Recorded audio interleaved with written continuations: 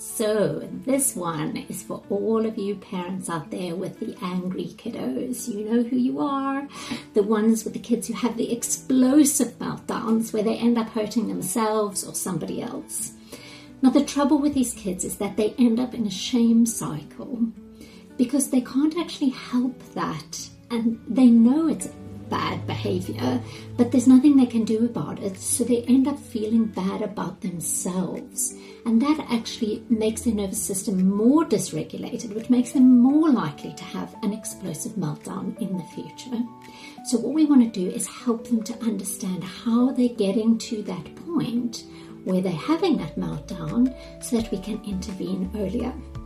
Now this is a fun little game that I picked up off eBay for about £5. It's called Boom Boom Balloon, for obvious reasons. So what we do is, maybe the day after the meltdown, don't try and do it on the day because nobody can take in anything and they probably don't feel like having any fun.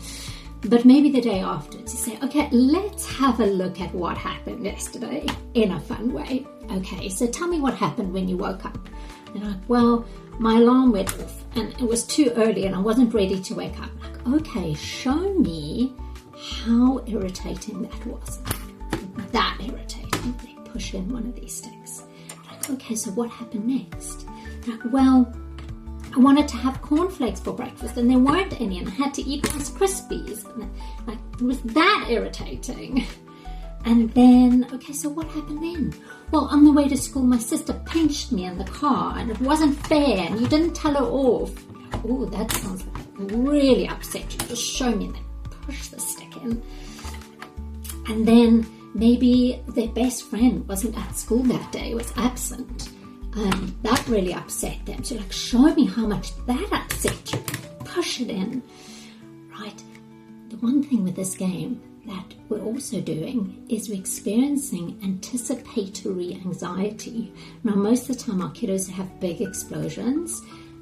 Most of that is actually due to anxiety. So this is a really good way to model to them how you are coping with anxiety so that they can learn from you. So as you're doing this, you say like, oh, sometimes you feel a bit stressed. You know, this balloon is going to blow at any moment.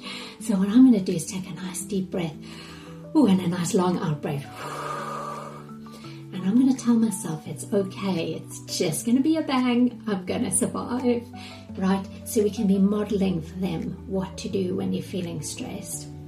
And then we just keep going. Okay, so then the teacher shouted at you and show me, oh, that really upset you. I can see that. Wow, that's putting a lot of pressure.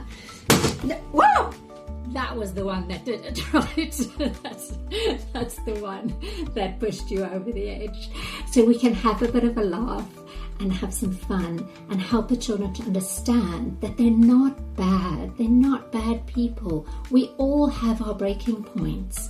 And then when they're thinking it was so silly, I just got upset because I spilled my orange juice or something, you can say, but look at this. Look at all of this pressure that you had up until that point. It wasn't just one little thing. It was lots of things and lots of things building and nothing to take that pressure off. And once we understand the pressures that our kids are going through and they understand them themselves, then we can break that shame cycle. And then we have potential for real healing.